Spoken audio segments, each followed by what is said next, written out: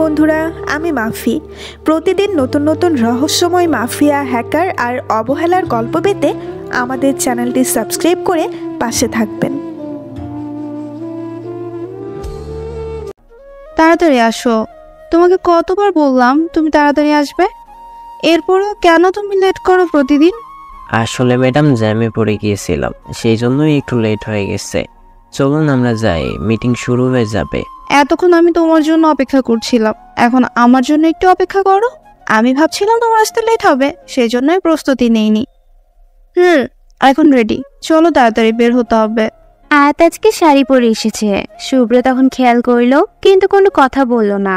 আজকে তাকে অনেক বেশি সুন্দর লাগতেছে। আয়াত এবং শুভ্র মিলে চলে গেল একটা রেস্টুরেন্টে। সেখানে মিটিং এর আয়োজন করা হয়েছে। তাদের অফিস থেকে কিছুটা দূরেই সেই জায়গাটা। সেখানে পৌঁছার পর মিটিং শেষ করলো। মিটিং শেষ করার পর আয়াত শুভ্রের দিকে তাকিয়ে বলল, শুভ্র, চলো আমরা একটা জায়গায় যাই।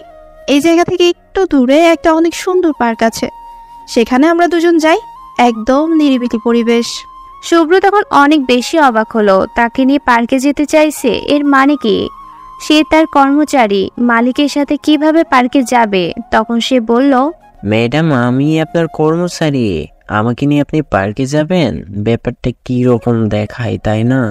আমি কি তোমাকে পার্কে নিয়ে যাচ্ছি প্রেম করার জন্য? আমি তো তোমাকে নিয়ে যাচ্ছি আমার সুরক্ষার জন্য। তুমি আমার সুরক্ষার জন্য আমার পাশে পাশে থাকবে। এখন আমি একটা পার্কে যেতে চাই, সেখানে যদি কেউ আমার কোনো ক্ষতি করার চেষ্টা করে তাহলে আমাকে কে বাঁচাবে? এই কথা শোনার পর শুভ্রের মাথায় চিন্তা আসলো। সত্যি তো, সে কত বোকার মতো প্রশ্ন করে ফেললো।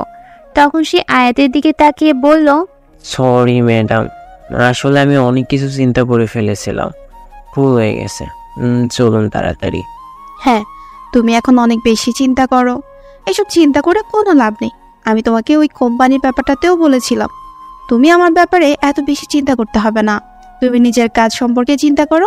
সরি ম্যাডাম, আসলে অনেক দিন হয়েছে এখানে চাকরি করছি, এখানকার প্রতি একটা মায়া জন্মে গেছে।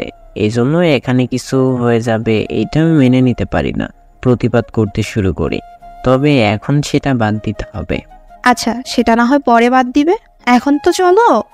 এরপর তারা দুজন চলে গেল সেই পার্কে। পার্কের পরিবেশটা দেখে শুভ্রের মনটা ভালো হয়ে গেল, কারণ অনেক সুন্দর একটা পার্ক। চারিদিকে নিরিবিলি পরিবেশ, কোনো ঝামেলা নেই। এটা দেখার পর সে চুপচাপ কিছুক্ষণ প্রকৃতির স্বাদ নিতে লাগলো। অনেকদিন এই প্রকৃতি থেকে দূরে থেকেছে সে। আয়াত তখন মনে মনে নিয়াসের কথা চিন্তা করছিল। আয়াত তখন অজান্তেই শুভ্রকে প্রশ্ন করে বসে, আচ্ছা শুভ্র, কাউকে যদি প্রচন্ড পরিমাণে ভালোবেসে ফেলি তাহলে তাকে ভুলে থাকার কোনো উপায় আছে? ম্যাডাম, কাউকে প্রচণ্ডভাবে ভালোবাসার মধ্যে এক ধরনের দুর্বলতা আছে। নিজেকে তুচ্ছ মনে হয় এবং সামান্য মনে হয়। এই ব্যাপারটা নিজেকে ছোট করে দেয়। ভালোবাসা জিনিসটা কোনো দিনও বেঁধে রাখতে দেয়, খোলা আকাশে উড়িয়ে দিতে হয়, যাতে সে অনেকটা জায়গা নিয়ে মেলে ধরতে পারে। তবে আপনার ক্ষেত্রে ম্যাডাম, এর আগে বুঝতে হবে আপনি তাকে ভালোবাসেন নাকি আপনার ভালো লাগে। যদি আপনি তাকে ভালোবেসে থাকেন তাহলে সেটা একটা বিষয়, আর যদি আপনার তাকে ভালো লাগে সেটা অন্য একটা বিষয়। আমি বুঝতে পারলাম না তুমি ঠিক কি বলছো। তুমি একটু বুঝিয়ে বলবে তুমি কি বলতে চাইছো? সত্যিকার অর্থে যারা ভালোবাসে তারা কোনোদিন ভালোবাসার বর্ণনা করতে পারে না, কারণ ভালো লাগার কারণ বর্ণনা করা যায়, ভালোবাসার কারণ বর্ণনা করা অসম্ভব। পাহাড় কেটে হয়তো হাতে নিয়ে আসা সম্ভব, কিন্তু ভালোবাসার কারণ বর্ণনা করা কোনো মানুষের পক্ষে কোনো দিন সম্ভব নয়।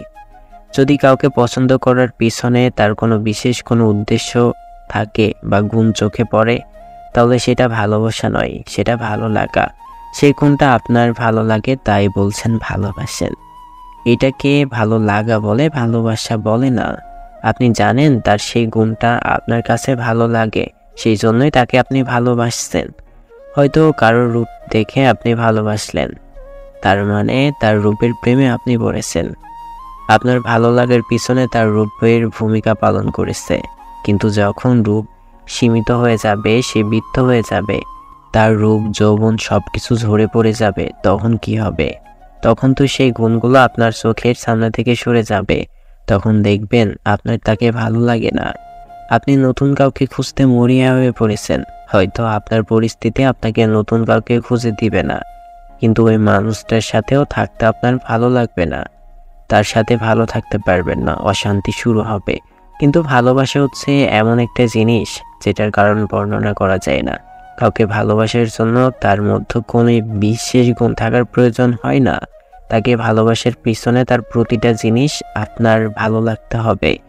যে অভ্যাসের কারণে মানুষটাকে পছন্দ করেছেন, আপনাকে সেই অভ্যাসটাকে ভালোবাসতে হবে। কারণ এটা তার অভ্যাস, তাকে মানিয়ে নিতে হলে এগুলো আপনাকে মানিয়ে নিতে হবে। প্রত্যেকটা জিনিসের একটি বিপরীত প্রতিক্রিয়া থাকে, কিন্তু ভালোবাসার কোনো বিপরীত প্রতিক্রিয়া নেই। ভালোবাসার তুলনা ভালোবাসার মধ্যেই হয়। তাই কোনো মানুষ, কোনো লেখক কোনোদিন ভালোবাসার কোনো কাহিনী লিখতে পারবে না।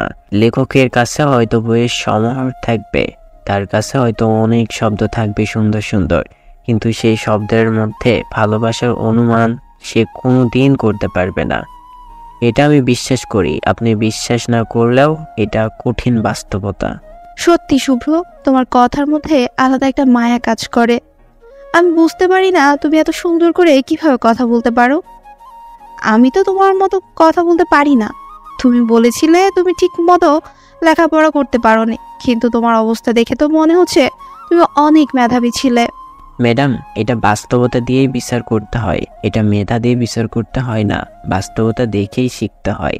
আমি বাস্তবতাকে খুব কাছ থেকে দেখেছি, সেই জন্য এই ব্যাপারটা জানি। এখন কি এখানে বসে থাকবেন নাকি বাসায় ফিরে যাবেন? আরো কিছুক্ষণ বসে থাকি। এখানে বসে থাকতে ভালো লাগছে তো, কেন জানি মনে হচ্ছে এখানে বসে থাকলে আমার একটু শান্তি হবে। শুভ্রের মনে তখন প্রশ্ন জাগলো, তাহলে কি আয়াত কাউকে ভালোবেসে ফেলেছে? সে এসব চিন্তায় ব্যস্ত। এরপর সাহস করে আয়াতের দিকে তাকিয়ে প্রশ্ন করলো, আচ্ছা ম্যাডাম, আপনি এই কথা কেন জিজ্ঞাসা করলেন? আপনি কি কাউকে ভালোবেসে ফেলেছেন? আয়াত কি উত্তর দিবে কিছুই বুঝতে পারছে না। তবে সে যে একজনকে পছন্দ করে, মানে ভালোবাসে, তাকে কিভাবে বলবে? আয়াত তখন নিচের দিকে তাকিয়ে বলল, হ্যাঁ, আমি একজনকে প্রচন্ড পরিমাণে ভালোবাসি, সেই ছোট্টবেলা থেকে। কিন্তু সে কিছুতেই বুঝতে পারে না আমার ভালোবাসা, তাকে যে আমি কতটা ভালোবাসি। সে অনেক ছোট্ট, তখন থেকেই তার প্রতি আমার মায়া কাজ করে। সেটা যে কখন ভালোবাসায় পরিণত হয়েছে সেটা আমি নিজেও জানি না। তবে তাকে ছেড়ে থাকতে আমার অনেক বেশি কষ্ট হচ্ছে। তাহলে ম্যাডাম, আপনি তার থেকে দূরে আসলেন কেন? আপনি তার কাছে চলে যান। কাউকে ভালোবাসলে তাকে বলে দিতে হয়, না হলে সে আমাদের জীবন থেকে হারিয়ে যায়। ভালোবাসাটা নিজের মধ্যে লুকিয়ে রাখলে সেটার জন্য নিজেকেই কষ্ট পেতে হয়। কোনোদিন সেটা জমিয়ে রাখবেন না।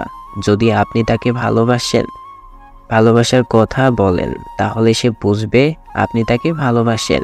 আর যদি না বলেন, তাহলে সে হয়তো আপনি যে তাকে ভালোবাসেন এই ব্যাপারটা জানতেও পারবে না, অন্য কারোর মায়ায় জড়িয়ে পড়বে।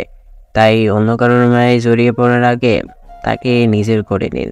হয়তো সে আপনাকেও ভালোবাসে, কিন্তু সাহস করে বলতে পারছে না। কিন্তু কি করব, সে তো আমার থেকে অনেক দূরে থাকে। আমি তাকে আমার কাছে নিয়ে আসতে পারবো না যে। আমি যে ব্যর্থ হয়েছি তাকে পেতে। এখন সে যদি আমার সামনেও আসে, এরপরেও তাকে আমি আপন করে নিতে পারবো না। আমার ভেতর কি চলছে সেটা আমি তোমাকে বলে বোঝাতে পারবো না। ম্যাডাম, আপনাকে দেখলে তো এরকম মনে হয় না। আপনাকে দেখলে মনে হয় আপনি অনেক বেশি আনন্দেই থাকেন সব সময়, কিন্তু আপনার ভিতরে যে কষ্ট আছে সেটা আজ বুঝতে পারলাম। তবে আমার মনে হয় আপনি তাকে বলে দিন। সে দূরে থাকলেও আপনার কাছে চলে আসবে, কারণ আপনাকে দেখতে একদম পরীর মতো। আপনাকে দেখলে কোনো ছেলে অ্যাকসেপ্ট করবে না এমন হতেই পারে না। আপনি যাকে ভালোবাসবেন সে অনেক ভাগ্যবান হবে। কি বলছো? আমাকে ভালোবাসে ভাগ্যবান হবে মানে? আমি তো সবসময় তোমার সাথে রাগারাগি করি। তোমার কথা বুঝতে পারলাম না সঠিক। আমি তো রাগী। তো কিভাবে বললে যে আমাকে ভালোবাসলে সে ভাগ্যবান হবে? সেটা হয়তো আপনার নিজের ধারণা, কিন্তু আপনি অনেক পরিশ্রমী। আপনার মতো একজন দায়িত্বশীল মানুষকে যে তার জীবনে পাবে, তার জীবন অনেক সুখের হবে। হয়তো আপনার রাগ একটু বেশি, কিন্তু আপনার যখন রাগ কমে যাবে তখন আপনি তার জন্য সবথেকে সুন্দর ঠিকানা হবেন। মানুষ কেন রেগে যায়? মানুষ তখন রেগে যায় যখন তার খুব আপন কিছু তার থেকে দূরে চলে যাওয়ার অতিক্রম হয়। আপনার হয়তো ভিতরে কষ্ট আছে, সেই কষ্টটা প্রকাশ কোনোভাবেই করতে পারেন না, সেজন্য রাগের মাথায় তা বই প্রকাশ করেন। আপনি কি মনে করেন আপনার এসব রাগের কারণে আমরা ভয় পাই? আসলে আমরা আপনার রাগের কারণে ভয় পাই না, শুধুমাত্র আপনাকে সম্মানের কারণে এসব মেনে নিই। তার মানে কি তোমরা আমাকে ভয় পাও না? শুধুমাত্র আমি তোমাকে বস বলে তোমরা এরকম করো? আজকে থেকে তোমাদের সাথে আরো খারাপ ব্যবহার করতে হবে, বুঝতে পারছি। তোমাদের সাথে মনে হয় বেশি ভালো ব্যবহার করে ফেলছি, তাই না?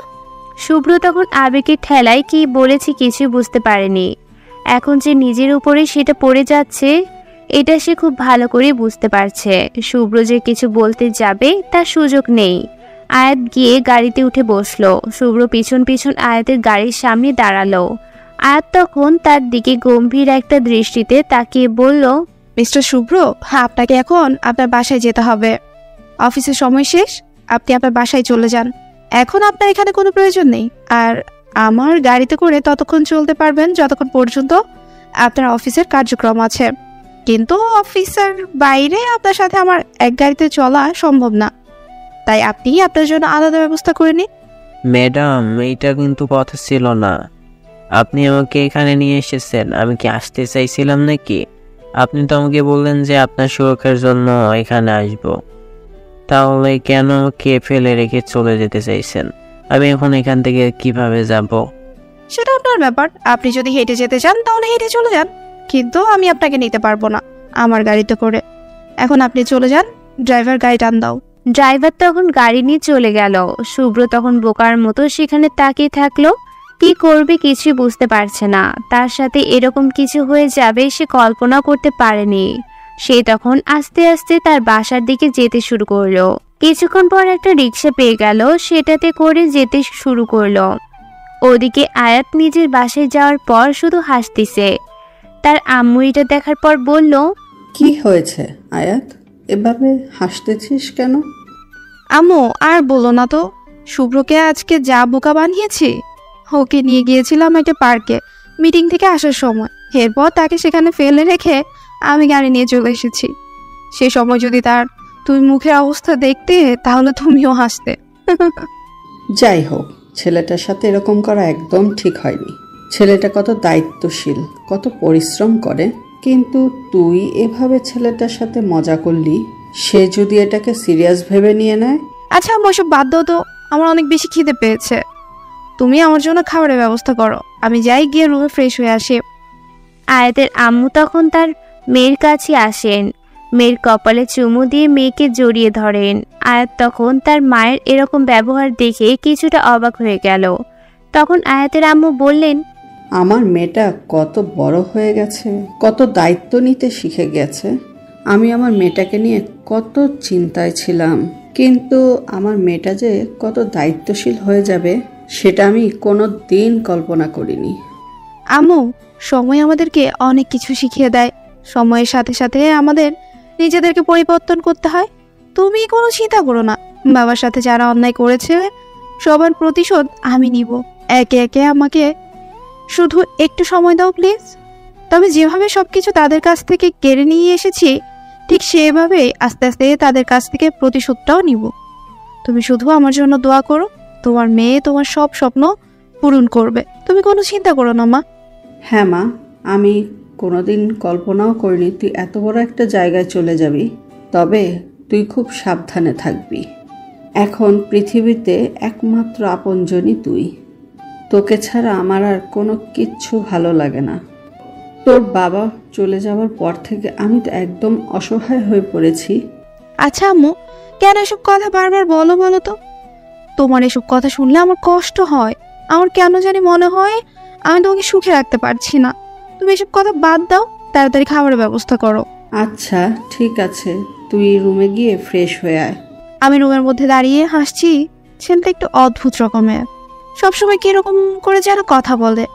তার কথাগুলোর মধ্যে একটা লুকানো আবেগ থাকে, সেটা আমি বুঝতে পারি না। তবে সে সবসময় আমার ভালোর জন্যই কথা বলে, এটা জানি আমি। এই জন্যই তাকে আমি অনেক বেশি বিশ্বাস করি। আমি তখন ফ্রেশ হয়ে নিচে নামলাম। নিচে নেমে 3 জন মিলে খাওয়া দাওয়া করলাম। রাতের বেলা রুমের মধ্যে বসে আছি, কোনো কিছু ভালো লাগছে না। বাবার কথা অনেক বেশি মনে পড়ছে। আমি আমার বাবাকে অনেক বেশি ভালোবাসতাম। আমার বাবা আমার জন্য কি ছিলেন সেটা হয়তো আমি বলে বোঝাতে পারবো না। আমার জীবনের সব অনুপ্রেরণা আমি তার কাছ থেকেই পেয়েছি। তবে একটা মানুষের বেইমানির কারণে আজ আমাকে সবকিছু হারাতে হয়েছে।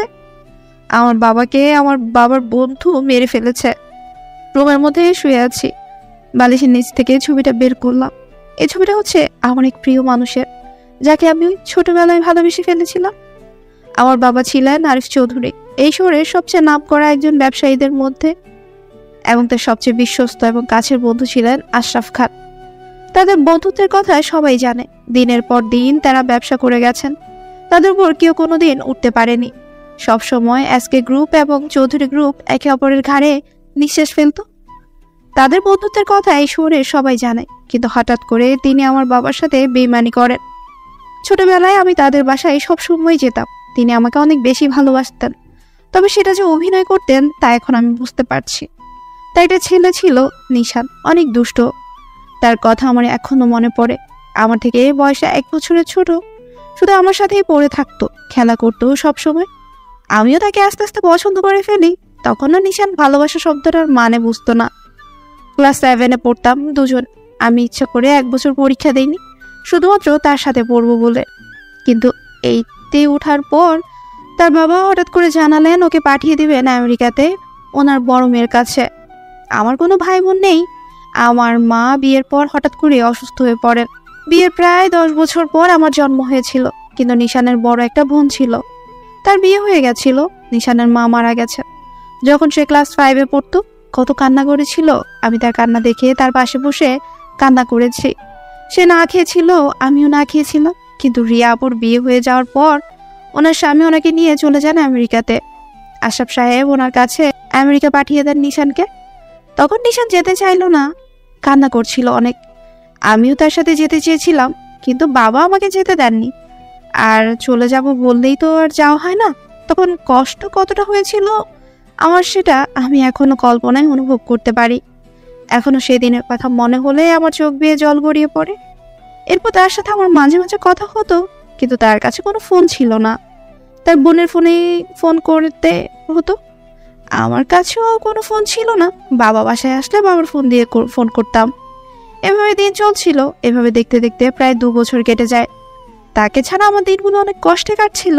তাকে ফোন করলেই আমি বলতাম চলে আসার জন্য, সেও কান্না করতো চলে আসার জন্য, কিন্তু ওর পরিবার ওকে আসতে দিত না। এইভাবে হঠাৎ করে একদিন আমার বাবা অফিসে খুন হয়ে যান।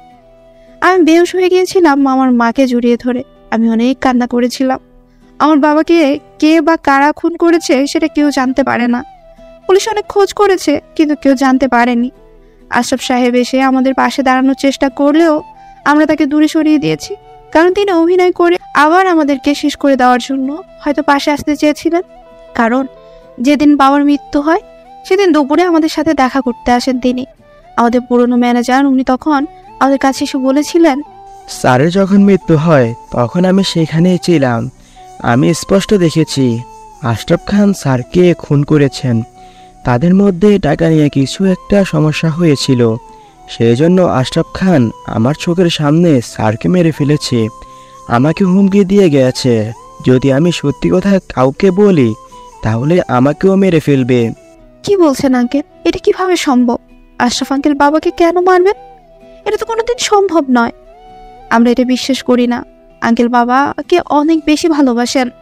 তারা দুজন মিলে একটা জমি কিনেছিল আশরাফ সাহেবের অফিসের কাছে। ওই জমিটা তারা দুজন মিলে কিনেছিল, কিন্তু এখন খান সাহেব অস্বীকার করছেন সেটা নিজে একা কিনেছিলেন বলে দাবি করেন। স্যার তখন তাকে বাধা দিয়েছিলেন মিথ্যা কথা বলার জন্য, এবং স্যার কাগজপত্র দেখিয়েছিলেন, কিন্তু সেটা উনি বিশ্বাস না করে স্যারকে মেরে ফেলে চলে গিয়েছিলেন। ওখানে দেখবেন তারা নতুন করে একটা অফিস বানানোর প্ল্যান করেছে। প্রায় 50 কোটি টাকার জায়গা কিনেছে তারা দুজন মিলে। এখন তিনি অস্বীকার করছেন সব কিছু। আমরা সেদিন বিশ্বাস করতে পারছিলাম না উনি এমন একটা কাজ করবেন। আমরা পুলিশের কাছে অনেকবার গিয়েছিলাম, কিন্তু পুলিশ উপযুক্ত প্রমাণ না দিতে পারার কারণে তাদের বিরুদ্ধে কোনো ব্যবস্থা নিতে পারেননি। এভাবে দেখতে দেখতে প্রায় 1 মাস কেটে যায়। উনি বারবার আমাদের কাছে আসতেন, কিন্তু আমরা তাকে অপমান করে তাড়িয়ে দিতাম। তখনও আমরা তেমন একটা বিশ্বাস করতে পারিনি যে ওনারা এই কাজটা করেছেন। কিন্তু 2 মাস পরে যখন দেখলাম তারা সেখানে নতুন করে একটা অফিস করেছেন, তখন বিশ্বাস করতে বাধ্য হলাম যে তারা এই কাজটা করেছে। কারণ আমার বাবা এই জমিটা কিনেছিলেন, তারা সেটা দখল করে নিয়ে গিয়ে নতুন অফিস বানানোর জন্য আমার বাবাকে মেরে ফেললো। তখন তাদের প্রতি আমার ধারণা ঠিক হয়ে যায় যে তারাই ওই কাজটা করেছে। এরপর থেকেই তাদের সাথে যোগাযোগ বন্ধ করে দেই। তিনি অনেক দিন আমাদের বাসায় এসেছিলেন, কিন্তু এরপর তিনিও বিরক্ত হয়ে আসা বন্ধ করে দেন। এতে আমি অনেক খুশি হয়েছিলাম, কারণ আমার বাবাকে যে লোক খুন করেছে তাকে আমি চোখের সামনে দেখতে চাই না। এরপর থেকে শুরু হয় আমাদের অভাব অনটনের সংসার। যেখানে টাকার বিছানায় একরকম আমি ঘুমাতাম, সেখানে টাকার অভাবে আমি ঠিকমতো লেখাপড়া করতে পারছিলাম না। কিন্তু বাবার অফিসটা বিক্রি করতে দেয়নি, বাবার অফিস পরিত্যাগ হিসাবেই পড়ে থাকে। কিন্তু আমার স্বপ্ন ছিল আমি আবার শুরু করব। ওই আশরাফ খানকে বুঝিয়ে দিব যে আমরাও পারি। তবে আজকের এই জায়গায় আসার পথ এতটা মসৃণ ছিল না। আমার মা আমার জন্য অনেক কষ্ট করেছেন, নিজের গহনা বিক্রি করে আমাকে পড়াশোনা করিয়েছেন। আমি আমার মায়ের চোখের কান্না দেখেছি বাবার জন্য। আমার অনার্স শেষ করে ব্যবসায় জয়েন হয়েছি আমি। তবে নিশানের প্রতি যে আমার ভালোবাসা ছিল সেটা বিন্দুমাত্র কম ছিল না, কারণ সে তো কোনো অন্যায় করেনি, তার বাবা অন্যায় করেছে। কিন্তু তাকে দূরে ঠেলে ফেলেছি, সে আমাকে ভুলে গেছে, বড় হয়ে গেছে। ব্যবসায় জয়েন হওয়ার পর প্রথমে কোনো কিছুই বুঝতাম না। তবে বাবার পুরনো যে ম্যানেজার সাহেব ছিলেন, উনি নতুন করে ব্যবসা শুরু করেছেন। উনি আমাকে অনেক সহযোগিতা করেছেন। এখনও যে কোনো সময় যে কোনো বিপদে পড়লে তার কাছ থেকে আমি সহযোগিতা নিই। গত বছর হঠাৎ করে আমার অফিসে ইন্টারভিউ দেওয়ার জন্য শুভ্র আসে। তখন আমার তাকে অনেক পছন্দ হয়। সে অনেক ভালো একটা ছেলে। এরপর থেকে আস্তে আস্তে তার কাছ থেকে সহযোগিতা নিতে শুরু করি। সে ব্যবসায়ী অনেক ভালোই জ্ঞান রাখে। তার কাছ থেকে সহযোগিতা নিয়ে আজ আমি এই পর্যায়ে পৌঁছাতে পেরেছি। সে আমার সাথে থাকতে থাকতে আমার বন্ধুর মতো হয়ে গেছে। তবে আমি তার প্রতি একটা আকর্ষণে আটকে গেছি। নিশানের মতো সে মাঝে মাঝে অদ্ভুত কাজ করে। তার কাজ দেখলে আমি তার মধ্যে নিশানকে খুঁজে পাই।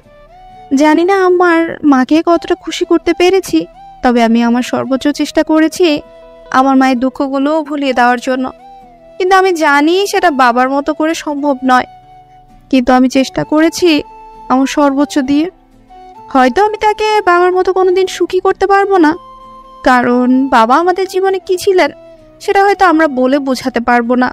আমি তখন রুমে বসে আছি আর বারবার ম্যাডামের কথা মনে হচ্ছে। তার প্রতি আমার কেমন একটা মায়া আটকে গিয়েছে। পরের দিন অফিসে চলে গেলাম। অফিসে যাওয়ার পর ম্যাডামকে দেখলাম অনেক ব্যস্ত। আমি তখন আমার কেবিনে বসেছিলাম। হঠাৎ করে মিম আমার কেবিনে আসে। শুভ্র ভাইয়া, আমাকে একটা হেল্প করবেন? আমি একটা ফাইলে অনেকটা আটকে গেছি, এটা একটু ক্লিয়ার করে দেবেন? আমি কিছুই বুঝতে পারছি না। দেখি তুমি কোথায় আটকে গেছো, আমার কাছে দাও, আমি তোমাকে হেল্প করতেছি। যে কোনো সমস্যা হলে আমার কাছে চলে আসবে, আমি তোমাকে সহযোগিতা করব। এই অফিসটার উন্নতির জন্য আমরা সবাই কাজ করছি, তাই যে কোনো হেল্পের জন্য ইতস্ততা করবে না, আমার কাছে চলে আসবে। আমি তাকে হেল্প করতে শুরু করলাম। সে ফাইলটা কিছুতেই কমপ্লিট করতে পারছিল না। আমি নিজে কমপ্লিট করে দিলাম। তখন আমাকে থ্যাংক ইউ জানিয়ে চলে গেল। আমি অনেক খুশি ছিলাম। অফিসে একটা মানুষকে হেল্প করতে পারছি, এটাই আমার কাছে অনেক বেশি কিছু। তখনই হঠাৎ করে পিয়ন এসে আমাকে বলল, স্যার, ম্যাডাম আপনাকে ওনার কেবিনে ডেকেছেন, আপনি তাড়াতাড়ি ওখানে যান, ম্যাডাম অনেক রেগে আছেন।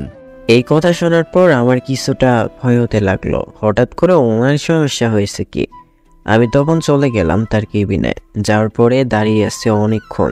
তিনি নিচের দিকে তাকিয়ে কিছু একটা করতেছিলেন। হঠাৎ আমার দিকে তাকিয়ে বললেন, ও শুভ্র সাহেব, আপনি চলে এসেছেন? তা আপনাকে একটা প্রশ্ন করতে চাই, এটা কি একটু উত্তর দেবেন? আমি তখন তার এরকম কথা শুনে অনেক বেশি অবাক হয়ে গেলাম। তিনি এরকম আমার সাথে কথা বলেন না। আমি তখন তার দিকে তাকিয়ে বললাম, কি হয়েছে ম্যাডাম, বলুন, আমাকে আপনি এরকম করে বলছেন কেন? আমার প্রশ্নটা হচ্ছে, আপনাকে কেন যেন অফিসে রাখা হয়েছে, এটা যদি একটু ক্লিয়ার করে বলতেন, আমি একটু জানতে চাই আর কি। বেশ অবাক হলাম তার প্রশ্ন শুনে। এরপর আমি বললাম, আমাকে তো রাখা হয়েছে আপনাকে সহযোগিতা করার জন্য। আমি আপনার পার্সোনাল অ্যাসিস্ট্যান্ট। আপনাকে যে কোনো কাজে সহযোগিতা করার জন্য আমাকে রাখা হয়েছিল। ও, তাহলে আপনি আমাকে হেল্প করা বাদ দিয়ে কাকে হেল্প করতে ব্যস্ত হয়ে পড়েছিলেন? মেয়েদের দেখে চোখ মুখ ঠিক থাকে না, তাই না? ভুলে গেছেন আপনার কেবিনের মধ্যে একটা সিসিটিভি ক্যামেরা লাগানো আছে? আমি দেখলাম আপনি অফিসের মেয়ে স্টাফদের সহযোগিতা করছেন, এটা বুঝলাম না। শুভ্র তখন তার এরকম কথা শুনে কিছুটা কষ্ট পেল, কিন্তু তার প্রতি আয়াতের এরকম ব্যবহারে মনে মনে খুশিও হলো। শুভ্র তখন তাকে বলল, আসলে ম্যাডাম, মিম একটা ফাইলে আটকে গিয়েছিল। এটি একটি গুরুত্বপূর্ণ ফাইল, সেজন্য আমি তাকে সহযোগিতা করেছিলাম। যদি এটা না হতো তাহলে অফিসের অনেক বড় ক্ষতি হয়েছে। তো তখন আয়াত শুভ্রের দিকে রেগে এগিয়ে আসলো। শুভ্র তার ব্যবহার দেখে চুপ করে দাঁড়িয়ে আছে। আয়াত শুভ্রের সামনে এসে লম্বা নিঃশ্বাস ফেলে বলল, অফিসের সবার দায়িত্ব বুঝিয়ে দেওয়া হয়েছে, ম্যানেজার সাহেব আছেন তাদেরকে সহযোগিতা করার জন্য। তোমাকে তো এই জন্য রাখা হয়নি, তুমি আমাকে সহযোগিতা করার জন্য চাকরি পেয়েছ। আমি এখানে তোমাকে ডেকেছিলাম, কিন্তু তুমি আমার কেবিনে না এসে মিমের সাথে কথা বলছিলে কেন? সরি ম্যাডাম, আমার ভুল হয়ে গেছে। পরের বার মনে রাখবো, এরকম কাজ আর করব না। বলে শুভ্র তার নাকটা টান দিল। আয়াত এটা দেখার পর শুভ্রের দিকে তাকিয়ে আছে। এটা নিশানের স্বভাব ছিল, সে কোনো ভুল কাজ করে ফেললে এরকম সরি বলে নাক টান দিত। এটা দেখার পরে আয়াত এমন করে তাকিয়ে আছে, মনেই ছিল না সে শুভ্রের সামনে আছে। তখন শুভ্র হাত নাড়ালো। আয়াত তখন তাকে বলল, আচ্ছা তাহলে তুমি যাও, তুমি তোমার কাজ করো, বিকেলে আমার সাথে দেখা করতে আসবে। অফিস ছুটি হওয়ার আগে কিছু গুরুত্বপূর্ণ কথা বলবো তোমাকে। ঠিক আছে ম্যাডাম। বলে আমি সেখান থেকে বেরিয়ে আসলাম। তার সামনে দাঁড়িয়ে থাকলে আমার কেমন যেন অনুভূতি হয়, সেগুলো আমি প্রকাশ করতে পারি না, সেজন্যই চুপচাপ বেরিয়ে আসলাম। একটু পর সেখানে রাফি আসলো। আমি তার দিকে তাকিয়ে আছি, তখন সে আমার সামনে এসে বলল, স্যার, একটা গুরুত্বপূর্ণ বিষয় জানতে পেরেছি, এটা আপনাকে বলার জন্য এসেছি। এটা খুব গুরুত্বপূর্ণ একটা বিষয়। শুভ্র তখন বুঝতে পারলো ইম্পর্টেন্ট বিষয়। তবে আয়াত তখন সিসিটিভি ক্যামেরা লাগিয়ে রেখেছে, তাহলে সবকিছু ধরা পড়ে যেতে পারে। শুভ্র তখন তাকে নিয়ে গেল ছাদে। এরপর তাকে জিজ্ঞাসা করল, এবার বলো কি বিষয়ে জানতে পেরেছো? আমার রুমের মধ্যেই সিসিটিভি ক্যামেরা লাগানো, কেউ যদি সন্দেহ করে তাহলে বিপদে পড়ে যাব।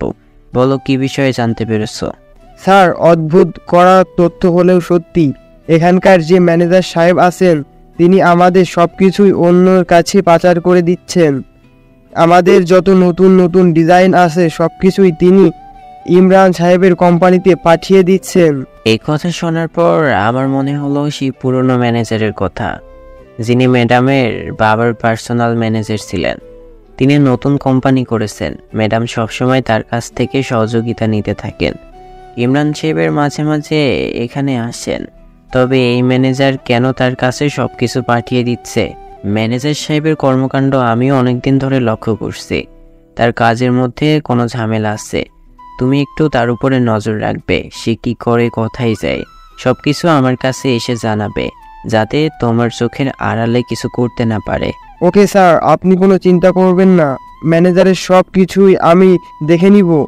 কিন্তু সাব্বির আমার কাছে কল করেছিল, কালকে নতুন ডিলটা ফাইনাল হয়েছে। এখন তো আপনাকে এবার যেতে হবে অফিসে। এখন এইসব সম্ভব না। সাব্বিরকে বলবে সে যেন একা একা সব কিছু সামলে নেয়। আমার পক্ষে যাওয়া সম্ভব না। তুমি ম্যানেজারের উপরে ভালো করে নজর রাখবে, যাতে ম্যানেজার তোমার চোখের আড়ালে কিছু না করতে পারে। এখন আমাকে নিচেই যেতে হবে, না হলে সন্দেহ করবে আমাদেরকে। বলে শুভ্র নিচে চলে আসলো। নিচে চলে আসার পর কেবিনের মধ্যে বসে চিন্তা করতে শুরু করলো ম্যানেজার কি করতে চাইছে। এই ম্যানেজারের সাথে ইমরান সাহেবের কি সম্পর্ক সেটা শুভ্রকে জানতেই হবে, না হলে ইমরান সাহেব আস্তে আস্তে সবকিছু দখল করে নেবেন। শুভ্র কিছুতেই হিসাব মিলাতে পারছিল না। ইমরান সাহেব নতুন করে কোম্পানি খুলে এতটা উপরে চলে গেলেন কিভাবে? আয়াতের বাবার মৃত্যুর পরে তিনি অফিস করেছেন, কিন্তু এটা কিভাবে সম্ভব? একজন ম্যানেজারের বেতন তো এত টাকা হওয়া কোনোদিন সম্ভব নয় যে নতুন করে সবকিছু করে নেবে। কিন্তু কিছুতেই কিছু মিল ছিল না। শুভ্র তখন চিন্তায় পড়ে গেল। ইমরান সাহেবের ব্যাপারে সবকিছু জানতে হবে, না হলে কোন দিন কোন দিক দিয়ে অ্যাটাক করছে সেটা তারা বুঝতেও পারবে না। কেবিনে আরো কিছুক্ষণ বসে কাজ শেষ করলো। অফিস ছুটি হওয়ার আগে চলে গেল আয়াতের সাথে দেখা করার জন্য। তখন আয়াত শুভ্রকে বলল, আমি তোকে যে জন্য ডেকেছিলাম সেটা হচ্ছে আমি আজকে গ্রুপকে শেষ করে দিতে চাই, তাদেরকে রাস্তায় বসিয়ে দিতে চাই। তুমি আমাকে এমন একটা বুদ্ধি দাও যাতে আমি তাদেরকে মাটিতে বসিয়ে দিতে পারি। এই কথা শোনার পর শুভ্রের হাত পা কাঁপতে শুরু করলো। তখন শুভ্র আয়াতের দিকে তাকিয়ে বলল, ম্যাডাম, আমি আপনাকে আগেও বলেছি, এখনো বলছি, এটা বন্ধ করুন। কেউ কাউকে হিংসা করে কোনোদিন কিছু করতে পারে না। আপনি আপনার জায়গা থেকে কাজ করছেন, আমরা সবাই পরিশ্রম করতেছি।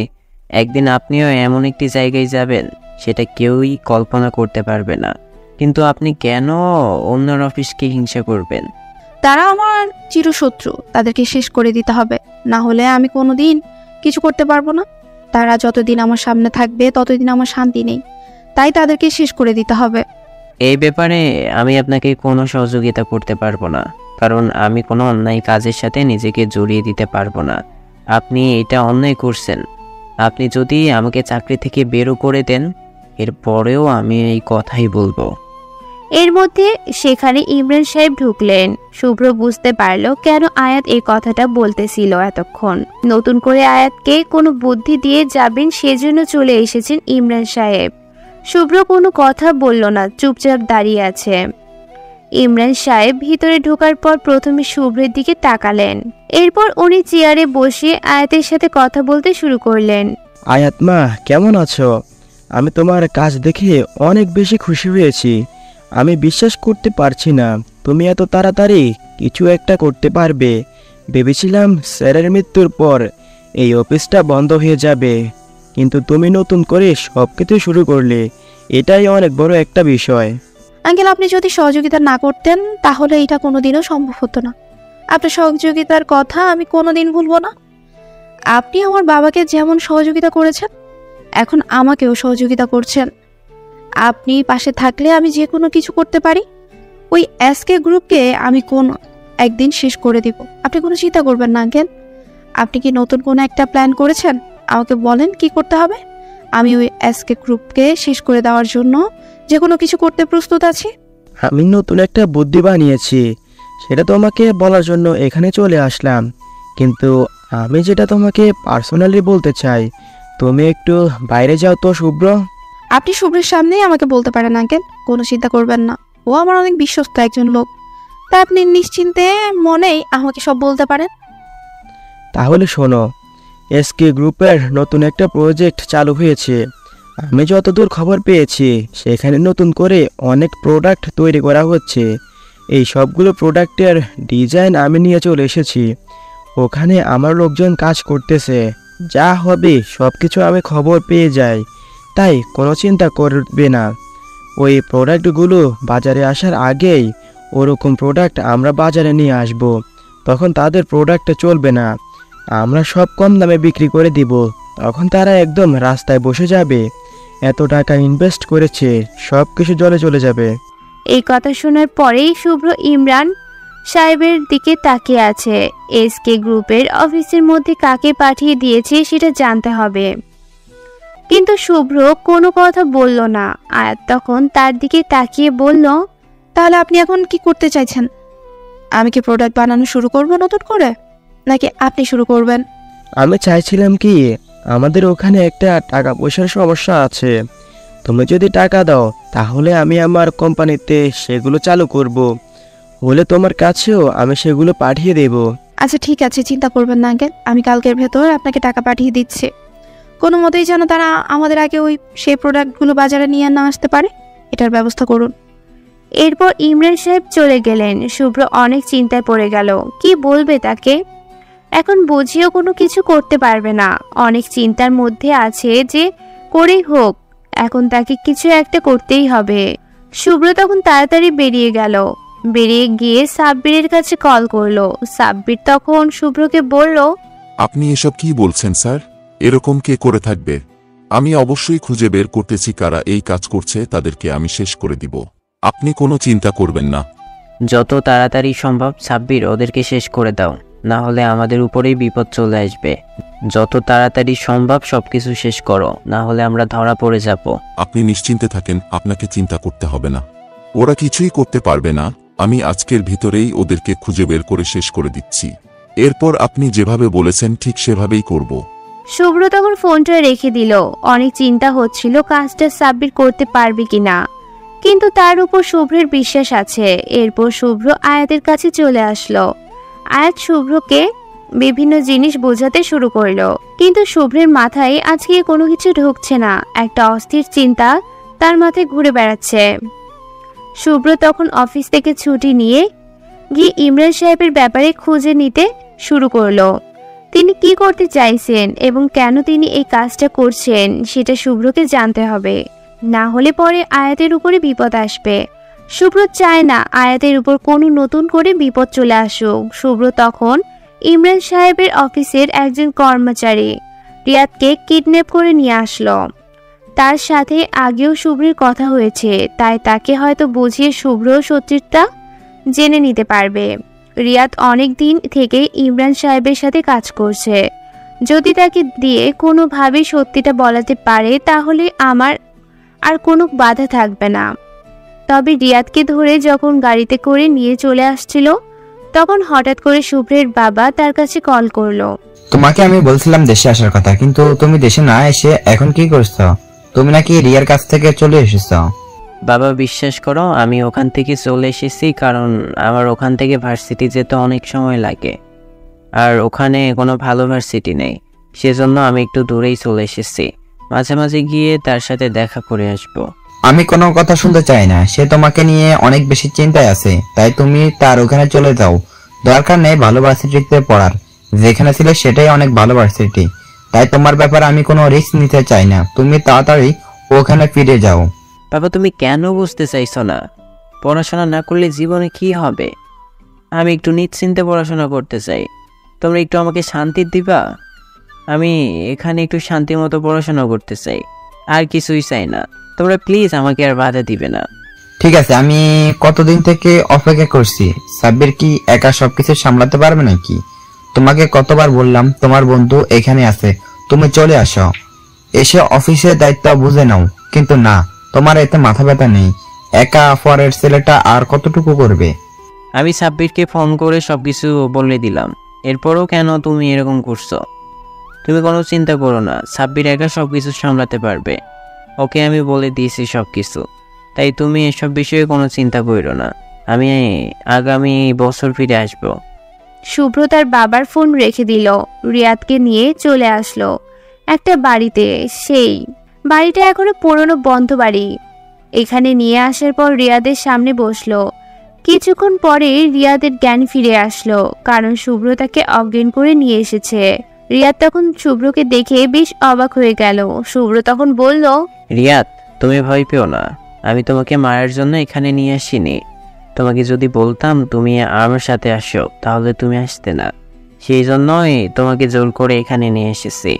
কিন্তু শুভ্র ভাই, তুমি কেন আমাকে এইখানে তুলে নিয়ে এসেছো? তোমার সাথে তো আমার কোনো শত্রুতা নেই, তাহলে কেন এইখানে নিয়ে এসেছো? আমার কি কোনো ভুল হয়েছে? আমি তোমার কাছ থেকে কিছু সত্য কথা জানার জন্যই এখানে এসেছি, তাই তুমি প্লিজ আমাকে সত্য কথাগুলো বলো, আমি আর থাকতে পারছি না। কি সত্যি কথা শুভ্র ভাই, তুমি বলো, আমি অবশ্যই তোমাকে বলবো। কিন্তু তুমি এরকম করে আমার দিকে তাকিয়ে আসো কেন? আমার অনেক ভয় করছে।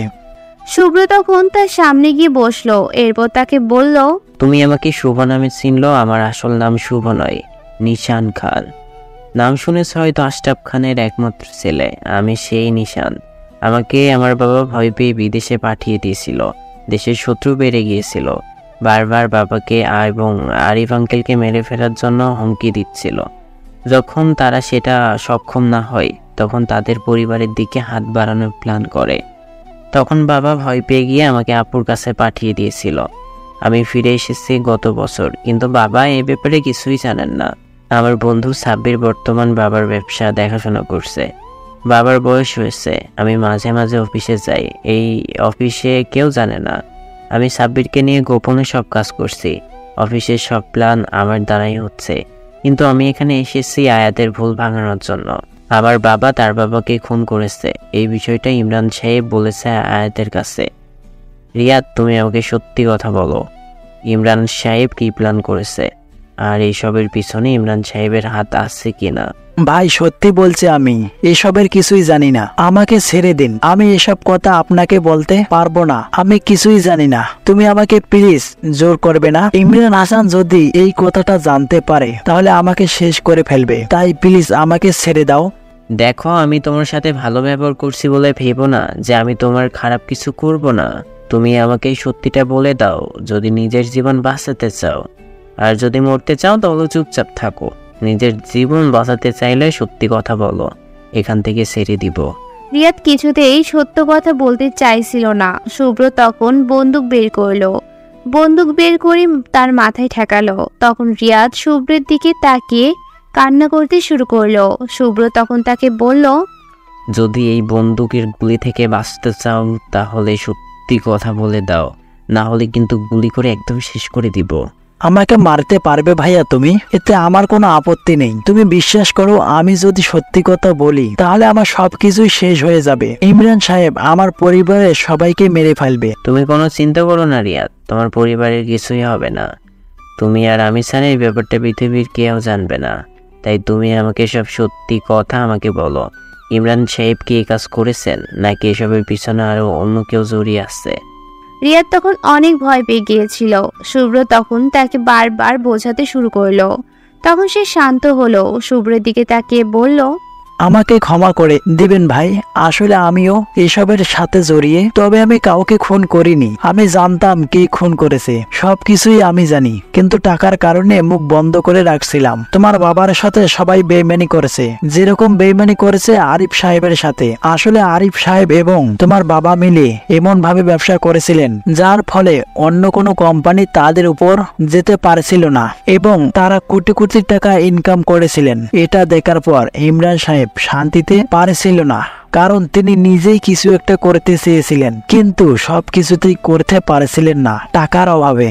তখন তিনি ছিলেন আরিফ সাহেবের ম্যানেজার এবং আমি সেখানকার সামান্য একজন কর্মচারী ছিলাম। আমি সব বিষয়ে জানতাম, সেজন্য তিনি আমাকে তার সাথে রেখেছিলেন। ইমরান সাহেব মূলত তার কিছু লোকজন দিয়ে তোমার বাবা এবং আরিফ সাহেবকে হুমকি দিতে শুরু করে। তোমার বাবা ভয় পেয়ে গিয়েছিল, সেজন্য তোমাকে দেশের বাইরে পাঠিয়ে দিয়েছিলেন। কিন্তু আরিফ সাহেব একটু বেশি সাহস ছিল, তিনি এসব কিছুই তোয়াক্কা করতেন না। তোমার বাবা বারবার বোঝার চেষ্টা করেছেন তাকে, কিন্তু তিনি কিছুতেই বুঝতে চাইছেন না। তিনি সবসময় বলতেন, আমরা নিজের টাকায় ব্যবসা করব, অন্যরা কেন আমাদেরকে বাধা দেবে, আর তাদের ভয়ে কেন আমরা পালিয়ে যাব।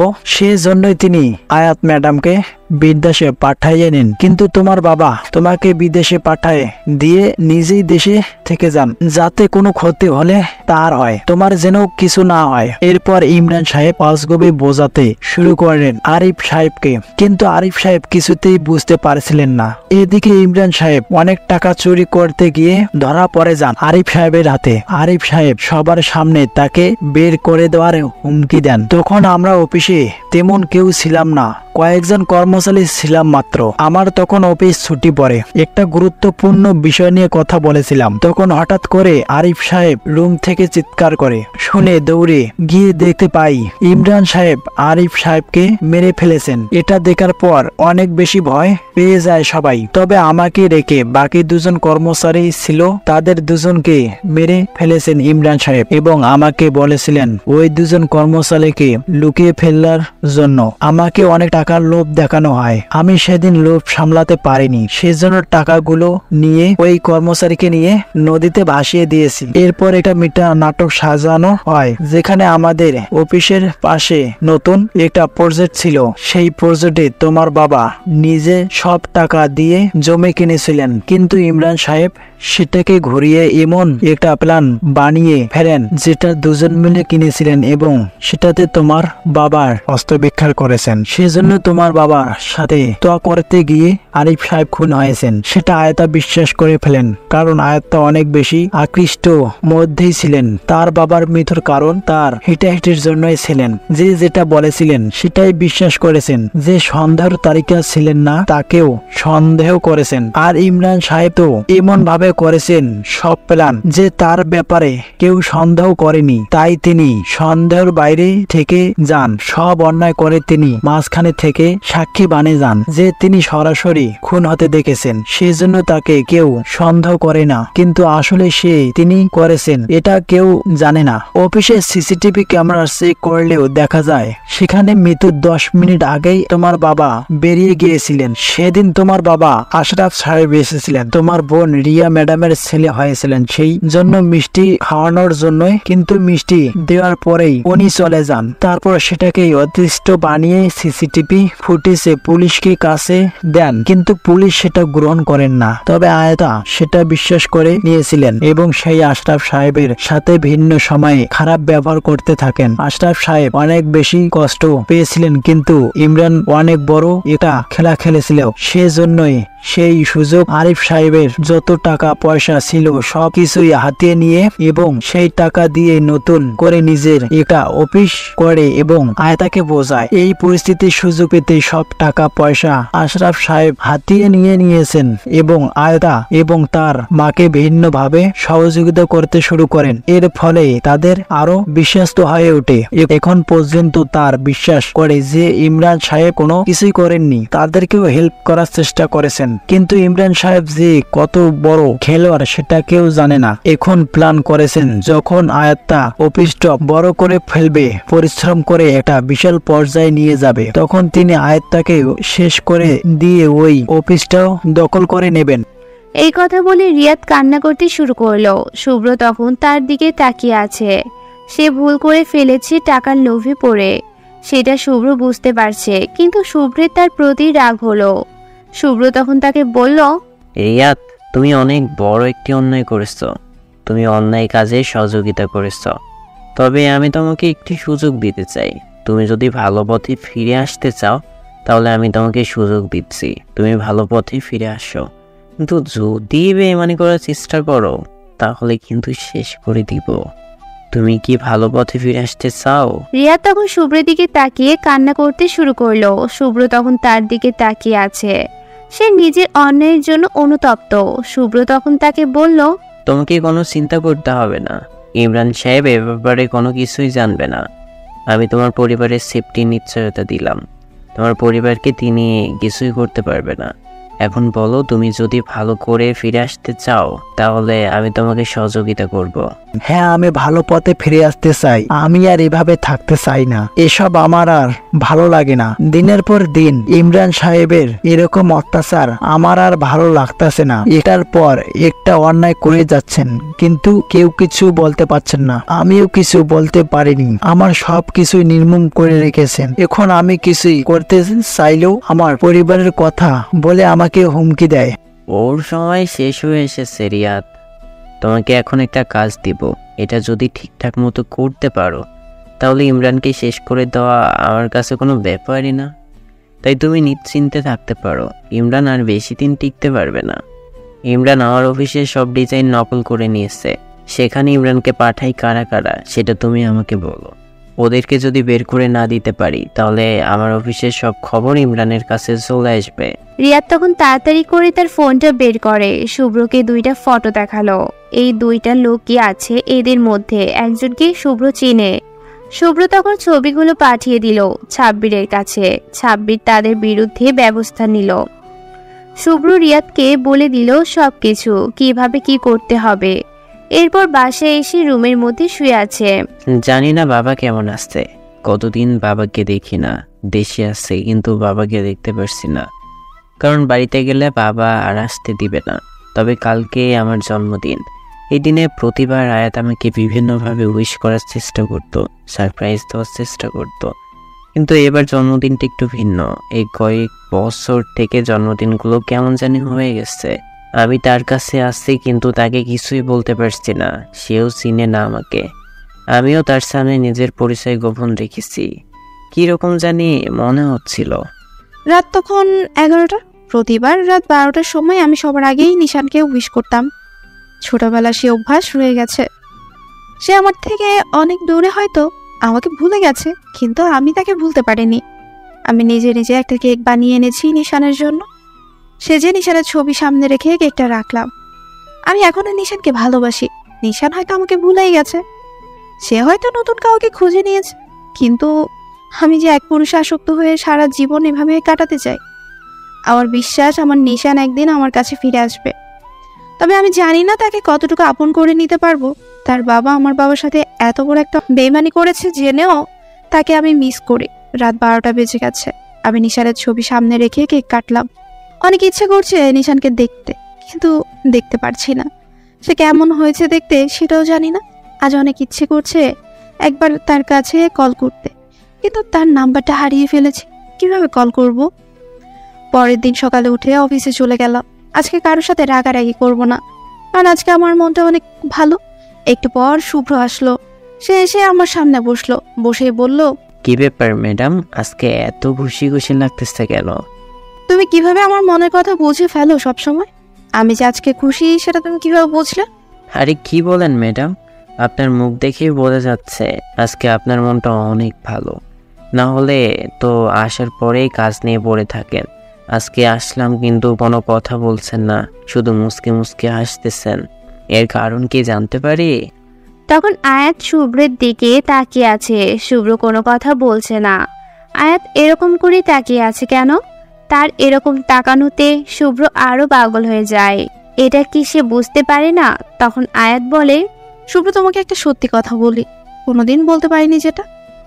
তোমাকে একটা সত্যি কথা বলি, আমি না একজনকে অনেক বেশি ভালোবাসতাম ছোট্টবেলা থেকে, কিন্তু সে মাঝখান থেকে আমার কাছ থেকে না হারিয়ে গেছে।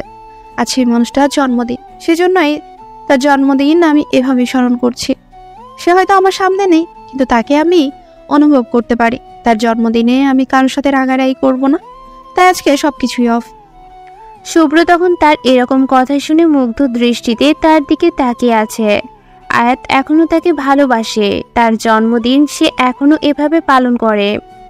শুভ্র তখন আয়াতের দিকে তাকিয়ে বলল, আপনি যাকে ভালোবাসেন সে সত্যিই অনেক ভাগ্যবান। আপনার মতো একজন মানুষ পেয়েছে তার জীবনে। এই কথা শোনার পর আয়াত শুভ্রের দিকে তাকিয়ে আছে। আয়াত একটা দীর্ঘ নিঃশ্বাস ফেলল, কারণ আয়াত তার ভালোবাসার মানুষটিকে কোনোদিন পাবে না, কারণ সে আয়াতের থেকে অনেক দূরে চলে গেছে। আয়াতের ধারণা হয়তো নিশান তাকে ভুলে গেছে। আয়াত তখন শুভ্রের দিকে তাকিয়ে বলল, ভাগ্যবান কিনা জানি না, তবে আমি তাকে আমার জীবনের চেয়েও বেশি ভালোবাসি। সারা জীবন তাকে এভাবেই ভালোবেসে যাব। আমি কোনোদিন বিয়ে করব না, তার জন্যই অপেক্ষা করব। জানি সে আসলেও আমি তাকে অ্যাকসেপ্ট করতে পারবো না। কেন ম্যাডাম? সে যদি আপনার কাছে ফিরে আসে তাহলে কেন তাকে আপনি অ্যাকসেপ্ট করতে পারবেন না? আপনি তো তাকে ভালোবাসেন, তাহলে কেন আপনি তাকে অ্যাকসেপ্ট করতে পারবেন না? সেসব কথা এখন বলার সময় নয় শুভ্র। তুমি যদি পারো তাহলে আমার সাথে চলো। আমার আজকে একটু ঘুরতে যেতে ইচ্ছে করছে। এইরকম অফিস আর বাড়ি করতে করতে আমার কেমন যেন করছে। আমি একটু ঘুরতে যেতে চাই, তুমি কি আমার সাথে যাবে? হ্যাঁ ম্যাডাম, আপনি যেখানে যাবেন আমিও সেখানে যাব। আমি তো আপনার পার্সোনাল অ্যাসিস্ট্যান্ট, তো আপনি যেখানে যাবেন আমিও তো সেখানেই যাব, এটা আমার দায়িত্ব। কিন্তু প্লিজ আজকে অন্তত আসার সময় সাথে নিয়ে আসবেন। সেই দিন রিক্সায় চড়িয়ে ওনার শখ মিটিয়ে দিয়েছেন। আয়াত হেসে উঠল। এরপর তারা দুজন ঘুরতে বের হলো। আয়াত তাকে নিয়ে আয়াতের পছন্দের একটা জায়গায় চলে গেল। এখানে প্রতিবার নিশান আর আয়ান দুজন মিলে আসতো। নিশান তখন অনেক ছোট ছিল, তাদের বাসা থেকে তেমন দূরে নয় এই জায়গাটা। নদীর উপর একটা সুন্দর ব্রিজ বানানো হয়েছে। ব্রিজের উপর দাঁড়িয়ে আয়াত জলের দিকে তাকিয়ে আছে। তখন হঠাৎ করে শুভ্র বলল, আচ্ছা, নদীর পানি যদি শুকিয়ে গিয়ে নিচ থেকে মাটি বের হয়ে আসতো তাহলে কি মানুষ এই ব্রিজ বানাতো? আমার অনেক ইচ্ছা করছে এই নদীর পানি শেষ করে দিতে, যাতে মানুষ এই নদীর নিচে দিয়ে হাঁটতে পারে। এতে করে নদীর মনের গভীরতা মানুষ উপলব্ধি করতে পারত।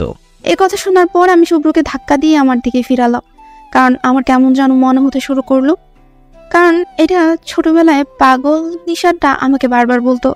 তখন আমি অনেক হাসতাম এই কথা শোনার পর, কারণ এটা একটা অদ্ভুত কথা ছিল এবং এটা বাচ্চারা ছাড়া কেউ বলে না। এটা সবার কাছেই অদ্ভুত লাগবে, কারণ নদীর পানি শেষ করতে পারবে না জেনেও নদীর পানি শেষ করার জন্য প্রস্তুতি নেওয়া তো বোকাম্য। আমি তখন তার দিকে তাকিয়ে বললাম, তুমি এই কথা কিভাবে বললে? শুভ্র তাকে বোঝাতে চাইছিল অনেকভাবে যে সে আয়াতের হারিয়ে যাওয়া নিশান, কিন্তু আয়াতকে সরাসরি বলতে পারছে না, কারণ যদি আয়াত জানতে পারে তাহলে শুভ্রের সাথে আর কোনো সম্পর্ক রাখবে না। শুভ্র তখন তাকে বলল, কিভাবে আর বলবো, আমার দেখে এমনি বলতে মনে ইচ্ছা হলো, তার জন্যই বললাম। জানো শুভ্র, আমার দুষ্টু নিশানটা এই কথাটা বলতো সবসময় আমার কাছে। আমি তখন অনেক হাসতাম তার এই কথা শোনার পর, কিন্তু এখন তার এই কথাগুলো আমি অনেক বেশি মিস করি। আমি তখন তার দিকে তাকিয়ে আছি। অন্য কিছুই বুঝতে পারছি না। তার সেই মোহনী মুগ্ধকারিণী মুখের দিকে আমি তাকিয়ে আছি। এই মুখের দিকে আমি তাকিয়ে কাটিয়ে দিতে পারবো বছরের পর বছর, কিন্তু তার কাছে এখন আমি আমার নিজের পরিচয়টা প্রকাশ করতে পারিনি। এটাই সবথেকে বড় দুঃখ। আমি চুপচাপ তার দিকে তাকিয়ে আসছি। একটু পর নদীর উপরে সুন্দর শালপাতার ফুল ফুটেছে, সেটা আনার জন্য নামলাম। এটা দেখার পরে আয়াত আমার দিকে তাকিয়ে আসছে। আমিও প্রতিবারই ব্রিজে আসার পর ছোটবেলায় তাকে শালপাতার ফুল এনে দিতাম। আমি তখন একটি শালপাতার ফুল নিয়ে এসে তার সামনে দাঁড়িয়ে পড়লাম। এই নেন ম্যাডাম, এটা আমাদের দেশের জাতীয় ফুল। এটা কত সুন্দর সেটা তার দিকে তাকালেই বোঝা যায়। কত সুন্দর করে পাতার মধ্যে সে বেড়ে উঠেছে। আমার অনেক ভালো লাগে এই ফুল। শুভ্রের কথা শুনে অবাক চোখে তাকিয়ে আছি। এত মিল কিভাবে? আমি কেন জানি নিশানকে খুঁজে পাচ্ছিলাম তার কথার ভেতর। আমি নিশানকে যদি ভালো না বাসতাম তাহলে নিশ্চিত আমি শুভ্রকে বিয়ে করতাম, কিন্তু আমি কোনোদিন নিশানের সাথে বেইমানি করতে পারবো না। সে হয়তো আমার সাথে বেইমানি করে দূরে চলে গেছে, কিন্তু আমি তার সাথে বেইমানি করতে পারবো না। আমি তাকে নিয়ে আমার জীবন সাজিয়েছি এবং সারা জীবন এভাবেই থাকতে চাই। আমি তখন শুভ্রের দিকে তাকিয়ে বললাম, জানো শুভ্র, তোমার মধ্যে কেমন জানো আমি নিশানকে খুঁজে পাই। তুমি ঠিক নিশানের মতো। নিশান যেমন মাঝে মাঝে দুষ্টুমি করতো, এরকম অদ্ভুত আচরণ করতো, তুমিও ঠিক সেরকম। ম্যাডাম, আপনাকে এইভাবে মন খারাপ দেখতে অনেক বাজে লাগে। আপনাকে সকালে দেখছিলাম কত হাসি খুশি। এইভাবেই থাকবেন, কারণ এতে আপনাকে সুন্দর লাগে। আপনি মন খারাপ করে থাকলে কেমন জানি দেখায় আপনাকে।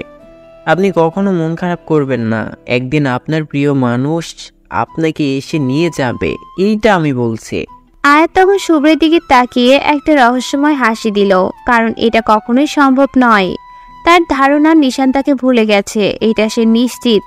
কারণ যদি মনে থাকতো তাহলে সে এখন বড় হয়ে দেশে ফিরে আসতে পারত। এরপর অনেকক্ষণ শুভ্রের সাথে ঘুরে বেড়ালো আয়াত। কেমন জানি সে শুভ্রের মাঝে আমার নিশানকে খুঁজে পাচ্ছিল। এটাই আয়াতের কাছে অনেক বেশি কিছু। নিশানকে না পাক, তার মতো একজনকে তো পেয়েছে।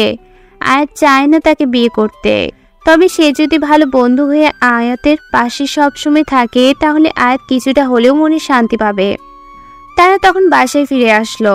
এখন যে করেই হোক নিশানের সবকিছু বলতে হবে আয়াতকে, কিন্তু এর আগে ইমরান সাহেবের বিরুদ্ধে তার উপযুক্ত প্রমাণ রেডি করতে হবে।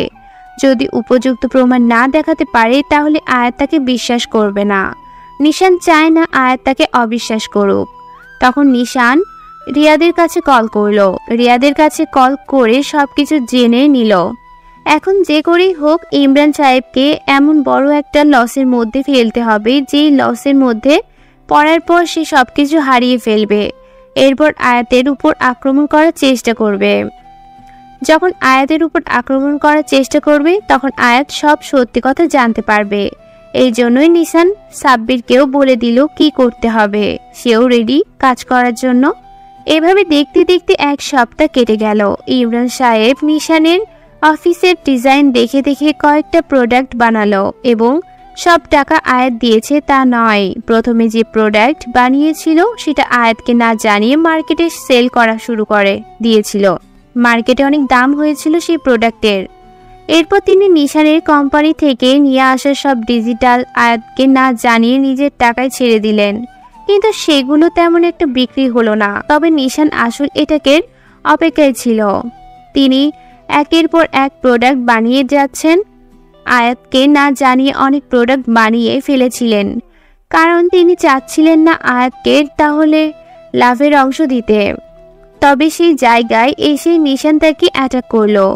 নিশান তার কোম্পানি যে প্রোডাক্টগুলো বানাচ্ছিল তার মধ্যে সবচেয়ে কম দামি যেটা ছিল ওইটা তার সামনে প্রকাশ করেছে, আর বাকি যতগুলো ছিল সবগুলো ছিল একটা সাজানো নাটক।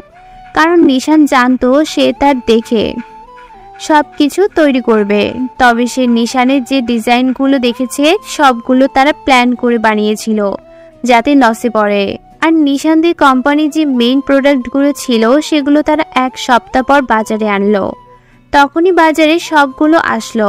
তখন ইমরান সাহেবের প্রোডাক্টগুলো মূল্যহীন হয়ে পড়লো, কারণ নিশানরা এত কম দামে এত ভালো প্রোডাক্ট দিচ্ছিল যেগুলো কেউ কল্পনাও করতে পারবে না। ইমরান সাহেব দিশেহারা হয়ে পড়লেন, কি করবেন। তখন তিনি রিয়াদের সাথে প্ল্যান করতে বসলেন। তিনি জানতেন না যে রিয়াদ নিশানের সাথে দেখা করেছে। তিনি রিয়াদের সাথে প্ল্যান করতে বসে রিয়াদকে বলেন, রিয়াদ, আমার কোম্পানির অনেক টাকা লস হয়ে গেছে, এখন যে করেই হোক সেই টাকাটা তুলতে হবে। তবে আমার মনে হয় না সেই টাকা আমি কোনোদিনও তুলতে পারবো। এখন আয়াতকে শেষ করে দিতে হবে। অনেক দিন থেকে আমি আয়াতের পেছনে লেগেছিলাম, এখন আমার সময় এসেছে ওকে শেষ করে দিব। তো স্যার, আমরা কিভাবে আয়াতটাকে শেষ করব? শেষ তো এখন ধরা ছাওয়ার বাইরে, কারণ সেও এখন অনেক চালাক হয়ে গেছে। ব্যবসায় সবকিছু এখন সেও নিজে বুঝতে শিখেছেন। এখন তাকে এভাবে শেষ করে দেওয়া সম্ভব নয়। আমি তার ব্যবসা ধ্বংস করে দেওয়ার কথা বলছি না, আমি তাকে ধ্বংস করে দেওয়ার কথা বলছি। তাকে শেষ করে দিলে তার ব্যবসা এমনিতেই আমার কাছে চলে আসবে। আমি সব কিছু দখল করে নিব, কারণ আয়াতের আর কোনো আত্মীয় স্বজন নেই। তার একমাত্র মা আছে, আর তার মা এগুলো কোনোদিন সামলাতে পারবে না। আমি সব কিছু দখল করে নেব তার মাকে বুঝিয়ে, কিন্তু এর আগে আমাকে আয়াতকে শেষ করতে হবে। আর আয়াতকে শেষ করার জন্য আমাকে সবচেয়ে ভালো প্ল্যান হচ্ছে আয়াতের বাবার মৃত্যুর দিন। সেদিন আমি আরিফ সাহেবকে মেরে ফেলেছিলাম, সেদিন থেকে আয়াত তার বাবার মৃত্যুবার্ষিকী পালন করে। তার বাবার কবরের পাশে যায় তার মাকে নিয়ে। সেখান থেকে আমরা আয়াতকে কিডন্যাপ করে নিয়ে এসে মেরে ফেলবো। কিন্তু স্যার, ওখানে মেরে ফেলে দিলে কি সমস্যা? এভাবে নিয়ে এসে মেরে ফেলার কারণ কি? যদি ওখানে শেষ করতে চাই তখন মানুষ দেখে ফেলবে, আরও একটা ঝামেলা হবে। আমি চাই না কেউ দেখুক। আমি তাকে নদীর ধারে যে পুরনো বাড়ি আছে ওখানে এনে শেষ করে দিব।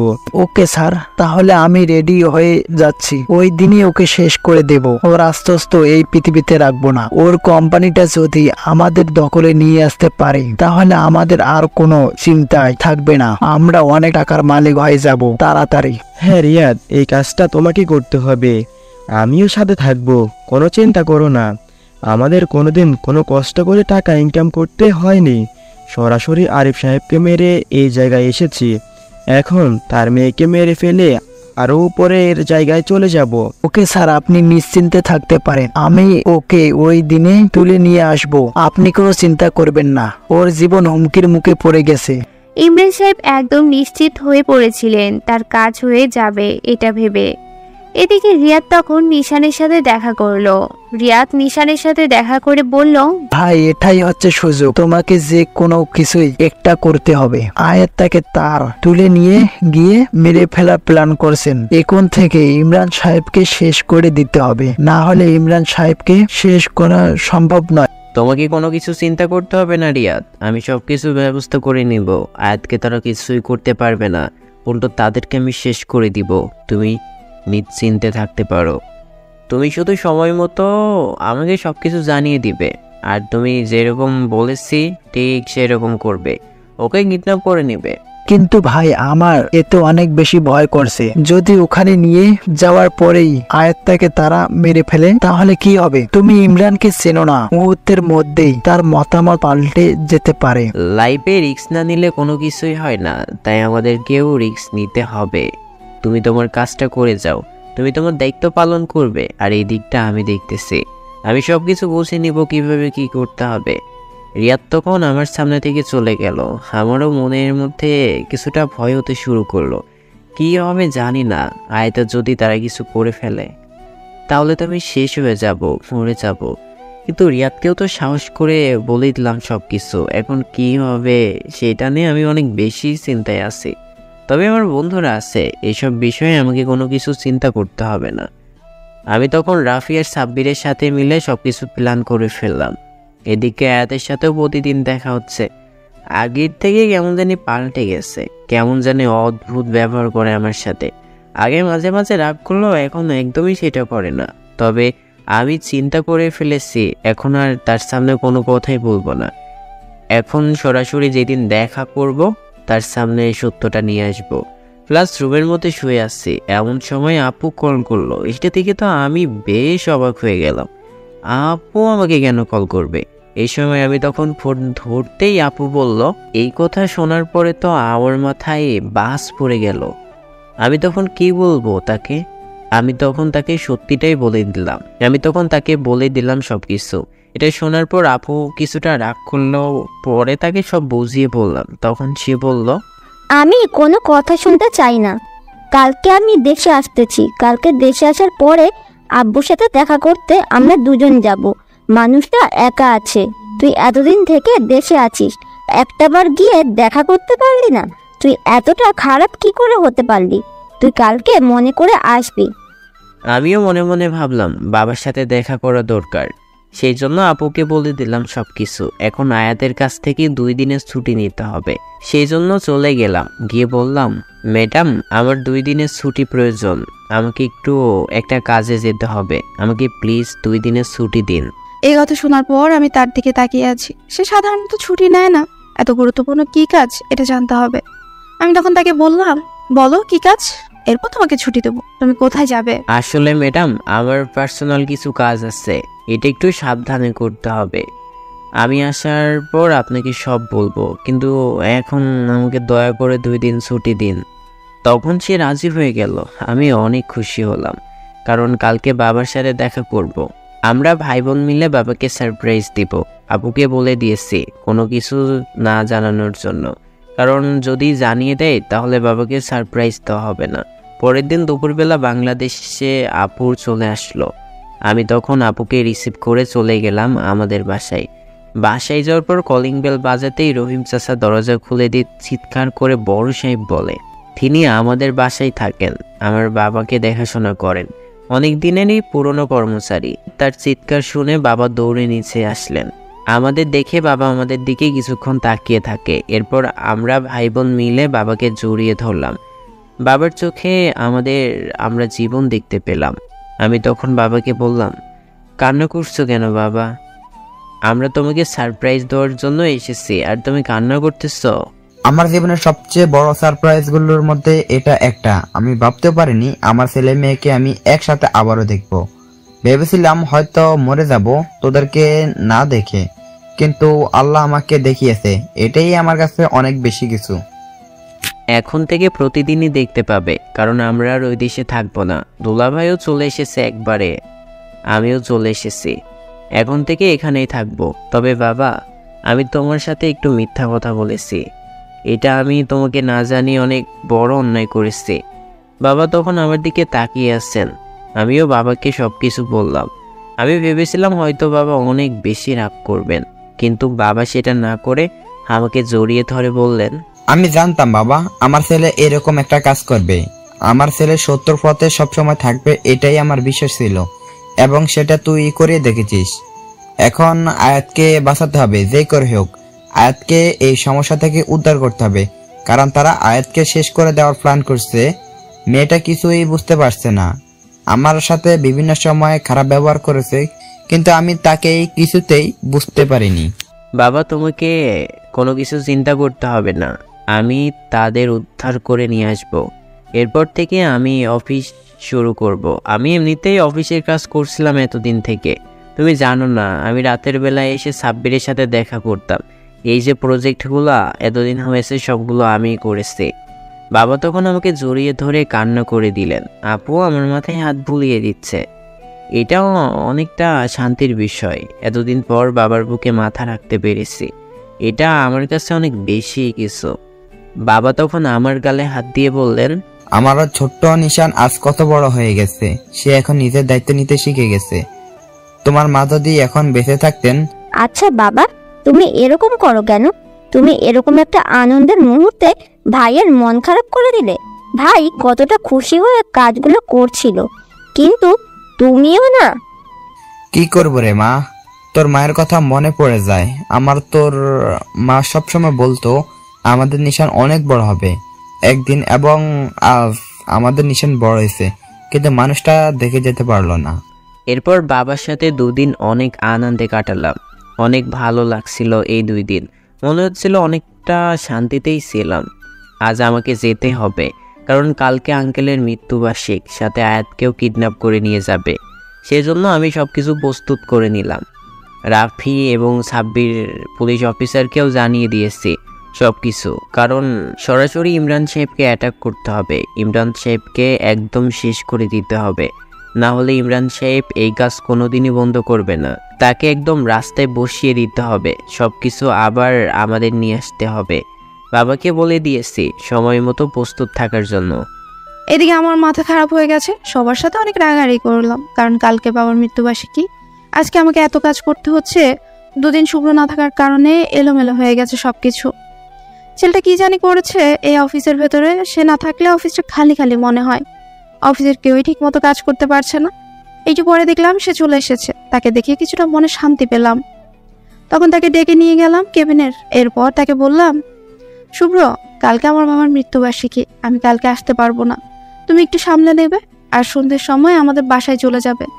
তুমি না থাকার কারণে অফিসটা কেমন যেন হয়ে গেছে, কোনো কিছুই ঠিক মতো চলছিল না। আচ্ছা ম্যাডাম, আপনাকে কোনো কিছু চিন্তা করতে হবে না, আমি সব কিছু দেখতেছি, আপনি নিশ্চিন্তে থাকতে পারেন। এরপর সে বাইরে চলে গেল। আমি কাজ করতেছি আর আমার দুই বন্ধুর সাথে কথা বলতেছি, কারণ তারা যদি হেল্প না করে তাহলে এটা কোনোদিনই সম্ভব না।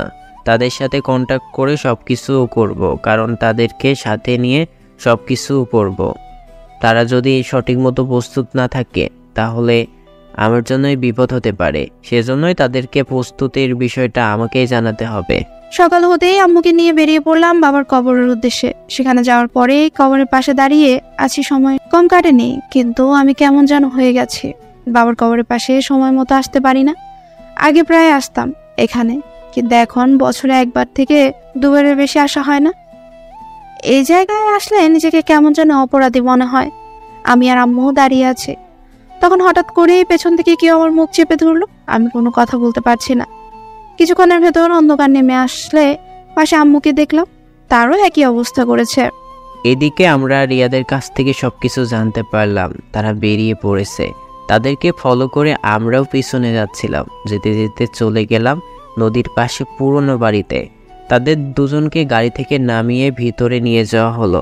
আমরা ঘরের বাইরে দাঁড়িয়েছিলাম, ভিতরে সময় মতো ঢুকবো, আয়াত জানতে পারুক আগে সবকিছু, এরপর আমরা ভিতরে ঢুকবো। এর মধ্যেই পানি ছিটা পড়ার কারণে আমি চোখ খুললাম। সামনে তাকিয়ে দেখি ইমরান আঙ্কেল বসে আছে। আশেপাশে তাকিয়ে দেখি অনেক লোকজন বন্দুক হাতে নিয়ে দাঁড়িয়ে আছে। আম্মুকে দেখলাম পাশে বেঁধে রাখা হয়েছে, আমাকেও বেঁধে রাখা হয়েছে। আমি তখন তাকে জিজ্ঞাসা করলাম, আঙ্কেল, এসব কি আপনি আমাদেরকে এভাবে বেঁধে রেখেছেন কেন? তখন তিনি আমাদের দিকে তাকিয়ে হাসতে শুরু করলেন। তার হাসিটা অনেক ভয়ঙ্কর ছিল, আমি কিছুই বুঝতে পারছি না তিনি এরকম কেন করছেন। তিনি একটা কাগজ আমাদের দিকে এগিয়ে দিলেন, এরপর বললেন, এখানে স্পষ্ট করে লেখা আছে, চৌধুরী গ্রুপ অফ ইন্ডাস্ট্রি সহ তাদের যত সম্পত্তি আছে সব কিছু তারা স্বেচ্ছায় আমার নামে লিখে দিচ্ছিল। এখানে একটা সাইন করে দিবি, এরপর ও তোদের মুক্তি এই পৃথিবী থেকে। আঙ্কেল, আপনার মাথা খারাপ হয়ে গেছে? আপনি কেন আমার সবকিছু আপনার নামে লিখে দিব? আপনি কেন এরকম করছেন? আমাকে এখানে বেঁধে নিয়ে এসে এসব ঝামেলা করার মানে কি? এখনো বুঝতে পারছি না কিছু। তোর বাবাকে আমি মেরেছিলাম, তোর সাথে এতদিন থেকে অভিনয় করেছিলাম তোর সব কিছু কেড়ে নেওয়ার জন্য। তোর বাবাকে মেরে আমি নতুন করে কোম্পানি শুরু করেছি, কিন্তু এখন আমার কোম্পানির অবস্থা ভালো না। আমি এতদিন থেকে অপেক্ষা করছিলাম কোন দিন তুই কোম্পানির বড় একটা পর্যায়ে নিয়ে যাবি, এরপর আমি তোকে শেষ করে দিয়ে সব কিছু আমার দখলে নিয়ে আসব। এবং সেই দিনটা চলে এসেছে, এখন সব কিছু আমার হয়ে যাবে। তুই এই পেপারে সাইন করে দিবি এখনই। এই কথা শোনার পর আমি তার দিকে তাকিয়ে আছি। সে বেইমানি করছে, এতটা বিশ্বাস করতাম, কিন্তু সে বেইমানি করলো। তার মানে কি আমি আশরাফ আঙ্কেলকে এমনি এমনি দোষারোপ করেছি? আমি তখন তার দিকে তাকিয়ে বললাম, কেন করলেন এটা? কেন আমার বাবাকে মেরে ফেললেন? আর এখন কেন আমার সামনে এরকম অভিনয় করছেন? আমার টাকার প্রয়োজন। তোর বাবাকে আমি বারবার বলেছি টাকা দিয়ে দেওয়ার জন্য, কিন্তু সে আমাকে টাকা দেয়নি। এরপর আমি চুরি করতে গিয়ে ধরা খেয়েছিলাম, তখন আমাকে সবার সামনে অনেক অপমান করেছে। তোর বাবাকে সেই জন্যই মেরে ফেলেছি। এখন তুই এটা চুপচাপ সাইন করে দিবি, না হলে শেষ করে দেব। কোনোদিনও না, আমি এটা কোনোদিনও তোকে দেব না। তোকে আমি শেষ করে দিব। তুই একবার আমার হাত খুলে দে, বুঝতে পারবে আমি কি রকম। এই কথা বলা মাত্র ইমরান আয়াতকে মারতে শুরু করলো। আয়াত তখন চুপচাপ সহ্য করে যাচ্ছিল সবকিছু। এটাই মনে হয় তার প্রাপ্য ছিল। সে ভুল মানুষকে বিশ্বাস করেছিল, সত্য একজন মানুষকে ভুল ভেবেছিল। আয়াত আশরাফ সাহেবকে অনেক অপমান করেছে, যার জন্য কেমন জানি মনে হচ্ছিল। এর মধ্যে হঠাৎ করে কি থেকে কি হয়ে গেল।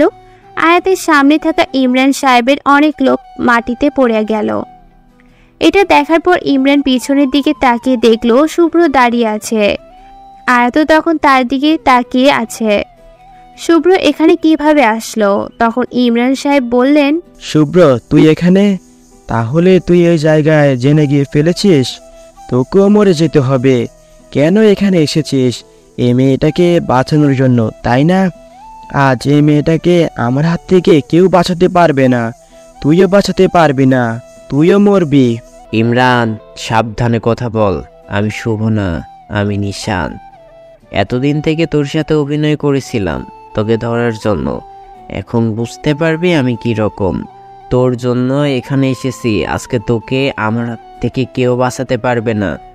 তুই আমার ভালোবাসার মানুষের সাথে বেইমানি করেছিস, এর সাথে আমার বাবার সামনে আমাকে মিথ্যাবাদী প্রমাণ করেছিস। আমার বাবা কতটা কষ্ট পেয়েছে সেটা কি তুই জানিস? তোকে আমি শেষ করে দিব। এই কথা শোনার পর আয়াত যেন আকাশ থেকে পড়লো। সে এতদিন থেকে তার নিশানকে কাছে থেকে চিনতে পারল না। কি রকম করে এত বড় একটা ভুল করলো। আয়াত তখন তার দিকে তাকিয়ে কান্না করে দিয়েছে। নিশান আয়াতের দিকে তাকিয়ে আছে। আয়াত তার দিকে তাকিয়ে কান্না করছে। নিশান তখন তাদেরকে মারতে শুরু করলো। সাথে করে দেখলো রাফি এবং আরো একটা ছেলে ভিতরে ঢুকছে। এরপর দেখলো পুলিশও সেখানে চলে এসেছে। তার মানে তারা সবকিছু প্রস্তুত করে এখানে এসেছে। ইমরান সাহেব হঠাৎ করে আয়াতকে গুলি করতে যাবেন, তখনই আয়াতের পাশে দাঁড়িয়ে থাকা ইমরান সাহেবের ম্যানেজার রিয়াদ তার মাথায় গুলি করে দেয়। এরপর ইমরান সাহেবের সামনে গিয়ে বলল, তোর কারণেই আমাকে অন্যায়কারী হতে হয়েছে, তোর কারণেই আমি অন্যায় করেছি। তুই আমাকে টাকার লোভ দেখিয়ে এই অন্যায় পথে নিয়ে এসেছিস আরিফ সাহেবকে মেরে ফেলতে। তোকে সহযোগিতা করে আমি অনেক বড় অন্যায় করেছিলাম। আজ তোকে মেরে ফেলে সেই অন্যায়ের প্রায়শ্চিত্ত আমি করলাম। তুই এই পৃথিবীতে বাঁচতে পারবি না। তোর মতো যত লোক এই পৃথিবীতে বেইমানি করবে সবাইকে এভাবেই মরতে হবে। পুলিশ তখন একে একে সবাইকে অ্যারেস্ট করে নিল। আয়াত নিশানের দিকে তাকিয়ে আছে। নিশান তখন আয়াতের কাছে এসে আয়াতের হাত খুলে দিল। হাত খুলে দিতেই আয়াত তাকে জড়িয়ে ধরে কান্না করে দিল। এটা দেখার পর নিশান আয়াতকে বলল, আয়াত, আমি তোমাকে কিছু কথা বলতে চাই। এই কথাগুলো মনোযোগ দিয়ে শুনবে। কোনোদিন কাউকে না জেনে অবিশ্বাস করবে না, কারণ মানুষ এত সহজে বেইমানি করে না। যারা তোমার আপনজন, একদম কাছের মানুষ, তারা তোমার সাথে সহজে বেইমানি করবে না। টাকার জন্য যারা সম্পর্ক রাখে তারা সহজে বেইমানি করে ফেলতে পারে। আমার বাবা তোমার বাবাকে সত্যি বন্ধু হিসেবে ভালোবাসতেন এবং আমার বাবা কোনোদিনই তোমার বাবার সাথে বেইমানি করেননি। তাই তুমি আমার বাবাকে ভুল বুঝে অনেক বড় একটা অন্যায় করেছো। আমার বাবা সেই দিন থেকে অনেক কষ্ট পাচ্ছে আজকে পর্যন্ত। আর আমার বিষয়টা হলো, আমার জীবনের কথা চিন্তা করে আমার বাবা আমাকে বিদেশ পাঠিয়ে দিয়েছিল। যদি আমি সেদিন দেশে থাকতাম তাহলে আমাকে মেরে ফেলা হতো। এরপরও আমি তোমার জন্য অনেক কষ্ট পেয়েছি।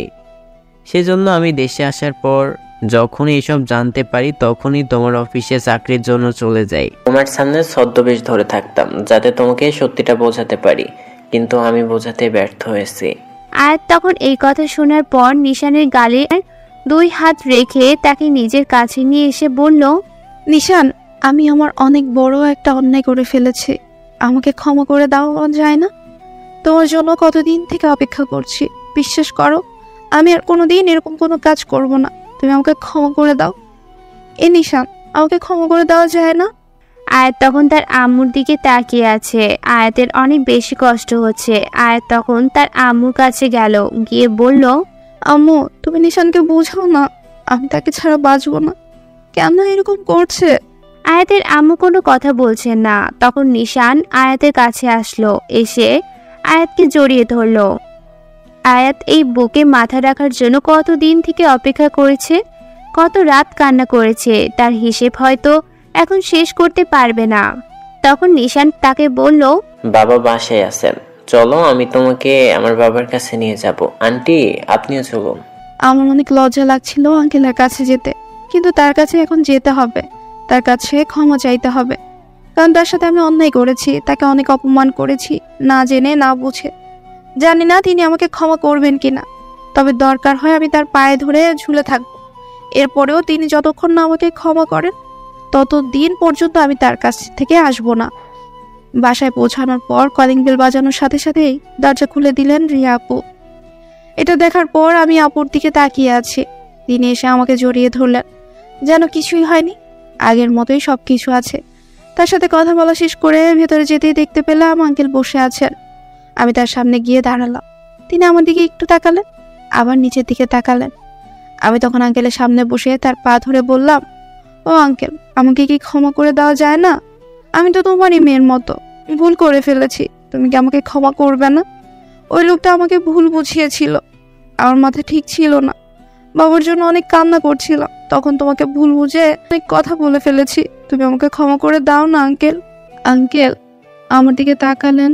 আমার অনেক ভয় করছিল আঙ্কেল কি করবেন, সেটা আমি হয়তো মেনে নিতে পারবো না। আমার সামনে দাঁড়িয়ে কঠিন গলায় আঙ্কেল বললেন, যদি আমাকে বাবা বলে ডাকতে পারিস, আমার এই পাগল ছেলেটাকে বিয়ে করতে পারিস, তাহলে আমি তোকে ক্ষমা করব, না হলে কোনোদিনও ক্ষমা করব না। এই কথা শোনার পরে আমি তার বুকে ঝাঁপিয়ে পড়লাম। আমার অনেক অস্বস্তি হচ্ছিল তাকে জড়িয়ে ধরতে।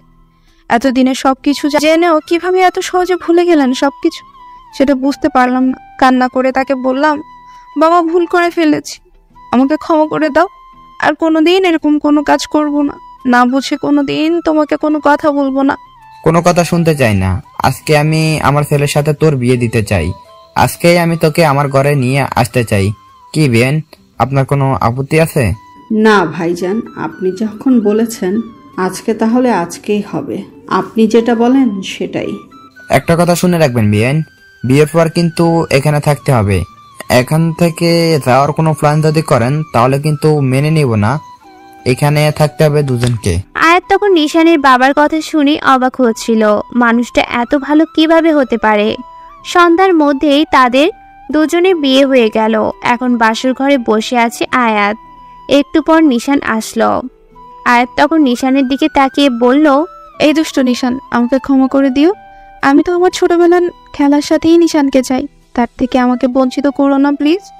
নিশান তখন আয়াতের কাছে এসে তাকে জড়িয়ে ধরে বলল, দূরও, এসব কথা বাদ দাও তো, যা হবার তা তো হয়ে গেছে, এখন সামনের দিনকে নিয়ে চিন্তা করো। আচ্ছা, একটা কথা জিজ্ঞাসা করি, তুমি কি আমাকে চিনতে পারোনি একটা বারের জন্য? আমার বারবার মনে হতো তুমি নিশান, কিন্তু তখন তুমি এমন একটা অভিনয় করতে আমার মাঝে মাঝে মনে হলেও মাঝে মাঝে মনে হতো না। তবে আমি যে আবার আমার নিশানকে পেয়ে গেছি, এটাই আমার কাছে অনেক বেশি খুশি। শুধু নিশানকে পেলেই তো হবে না, নিশানের জন্য নতুন করে আরেকটা নিশান নিয়ে আসতে হবে তো। তখন আয়াত লজ্জায় নিশানের বুকে মাথা লুকালো। নিশানও পরম আবেশে তার প্রিয়তমাকে জড়িয়ে ধরলো। আয়াত নিশানের বুকে মাথা দিয়ে শান্তি খুঁজে নিল। এটাই তার কাছে অনেক শান্তির একটা জায়গা। এভাবে তারা যেন সারা জীবন চলতে পারে এই প্রার্থনাই করবেন। না বুঝে কাউকে ভুল বোঝাটা ঠিক নয়, কারণ অনেক সময় এটা আমাদের জীবনের জন্য অনেক খারাপ পরিস্থিতি ডেকে নিয়ে আসে। তাই কাউকে কোনো কিছু বলার আগে ভালো করে বুঝে নেবেন যে সেটা সত্য নাকি মিথ্যা। আশা করি এতে করে আমাদের জীবন আরো সুন্দর হবে। আজ এই পর্যন্তই, দেখা হবে পরবর্তী কোনো গল্পতে। সেই পর্যন্ত সবাই ভালো থাকবেন, সুস্থ থাকবেন। আসসালামু আলাইকুম।